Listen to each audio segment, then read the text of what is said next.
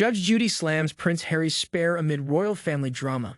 In the case of books versus family, Judge Judy Sheindlin has reached her ruling. As Prince Harry continues to make headlines after sharing family confessions in his memoir Spare, the host of Judy Justice has a warning to her relatives if they choose to go a similar route. I will tell you that I would be furious and would think that that child or grandchild was a selfish, spoiled, ungrateful one. Judy said on the January 10 episode of Good Morning Britain. That's what I would feel and be really hurt. While host Noel Phillips reported that Judy had refused to comment directly about Prince Harry and wife Meghan Markle, the former family court judge suggested that the idea of writing a book may not be the best idea. I think anybody with a brain would see that it's disingenuous, she said when asked to share her feeling if a family member had done what they had done. It's biting the hand that fed you. It's unseemly. Prince Harry's highly anticipated memoir officially hit bookshelves on January 10. In the 416-page tome, the Duke of Sussex explores a variety of topics, including his fractured relationship with brother Prince William and his father, King Charles II's second marriage to Camilla Parker Bowles. While the book ranked No. 1 on Amazon's nonfiction bestseller list and Barnes & Noble's top 100 sellers on release day, some stars have spoken out against the project, with CNN's Don Lemon questioning, what exactly is he achieving by airing family dirty laundry? But according to Harry, he's just speaking his experience. I will sit here and speak truth to you with the words that come out of my mouth, he said on 60 Minutes January 8, rather than using someone else, an unnamed source, to feed in lies or a narrative to a tabloid media that literally radicalizes its readers to then potentially cause harm to my family, my wife, my kids. Keep scrolling to read some of his most personal confessions from Spare. How Charles broke the news about Princess Diana's death. Prince Harry describes the moment his father told him that Princess Diana had been in a fatal car crash, writing that King Charles IE and the Prince of Wales had a difficult time finding the right words. Mummy was quite badly injured and taken to a hospital. Darling boy, Harry recalls his dad saying. He always called me darling boy, but he was saying it quite a lot now. His voice was soft. He was in shock, it seemed. When Charles ultimately said, I'm afraid she didn't make it for Harry, everything seemed to come to a stop. He continues, what I do remember with startling clarity is that I didn't cry, not one tear. Moreover, Pat didn't hug me. He wasn't great at showing emotions under normal circumstances. How could he be expected to show them in such a crisis? But his hand did fall once more on my knee and he said, it's going to be Oak. That was quite a lot for him. Fatherly, hopeful, kind, and so very untrue. Harry regrets the last conversation he had with his mother. Harry last spoke to his mother hours before the car crash that took her life on August 31, 1997, but he regretfully remembers being too preoccupied to really sit down and talk. When she called earlier that night, I was running around with Willie and my cousins and didn't want to stop playing, he writes, so I'd been short with her. Impatient to get back to my games, I'd rushed Mummy of the phone. I wished I'd apologized for it.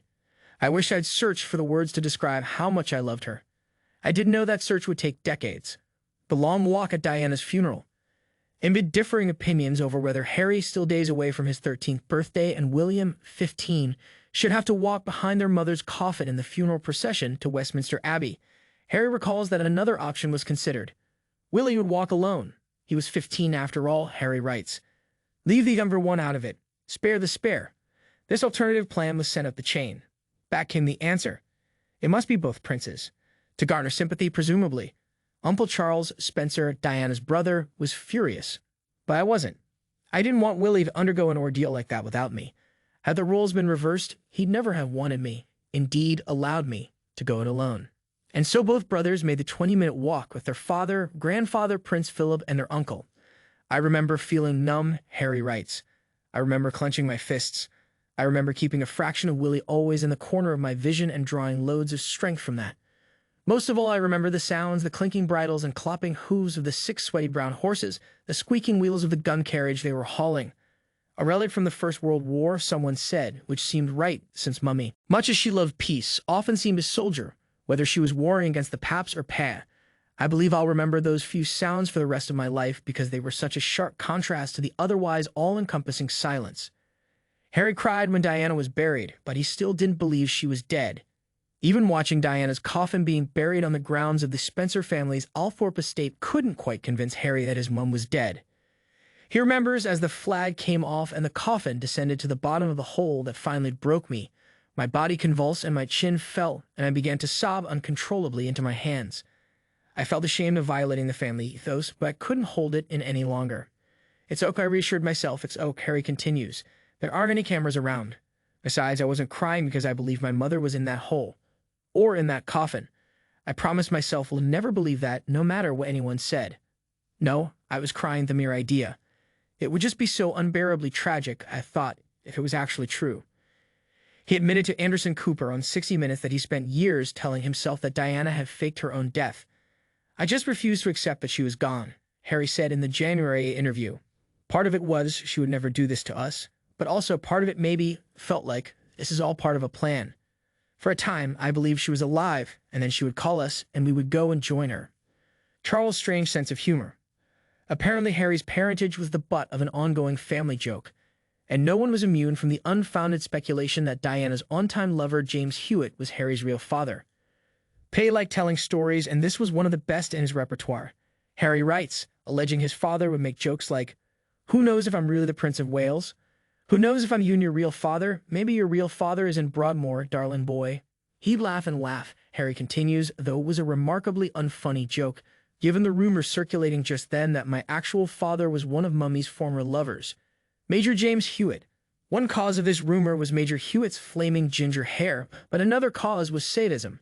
Tabloid readers were delighted by the idea that the younger child of Prince Charles wasn't the child of Prince Charles. They couldn't get enough of this joke, for some reason. Maybe it made them feel better about their lives that a young prince's life was laughable. Never mind that my mother didn't meet Major Hewitt until long after I was born, the story was simply too good to drop. Harry was born in 1984, and Diana's romance with Hewitt is said to have begun in 1987. In her own bombshell sit-down with the BBC's Panorama in 1995, Diana said of the former cavalry officer, "I adored him. Yes, I was in love with him. But when he collaborated on a tell-all book about their affair, Anna Pasternak's Princess in Love, I was very let down." William tried to talk about Diana, but Harry couldn't. 4 years after Diana died, I still hadn't mourned, still hadn't cried, except that one time in her grave, still hadn't processed the bare facts, Harry writes. When he and William were still in school, they'd sneak into a local pub for a few pints with friends, then invite the lot back to their dad's house, Highgrove, and hang out in the basement they dubbed Club H. They were often tipsy and sometimes smashed, Harry notes. And yet there wasn't a single time that anyone used or brought drugs down there. There were bodyguards watching, yes, but they also had a sense of boundaries. During those nights at Club Aid, William would sometimes try to talk to Harry about their mother, but Harry always changed the subject. He'd get frustrated, Harry writes, and I wouldn't acknowledge his frustration. More likely, I couldn't even recognize it. Being so obtuse, so emotionally unavailable, wasn't a choice I made. I simply wasn't capable. I wasn't close to ready. Harry took some drugs. Tabloid characterizations of Harry as a big partier weren't exactly incorrect. He admits in Spare that we found a Harry's drug shame headline and a story using a photo of him visiting a rehab center as part of public service, implying he was going to rehab, pretty rich. Harry writes that he chalked it all up to royal spin at work, that his father's office agreed to let the papers run with the drug reports to make scandal-torrid Charles look like a concerned parent. No more the unfaithful husband. Pa would now be presented to the world as the harried single dad coping with a drug-addled child. Of course, I had been doing cocaine around this time, he writes. At someone's country house during a shooting weekend, I'd been offered a line, and I'd done a few more since.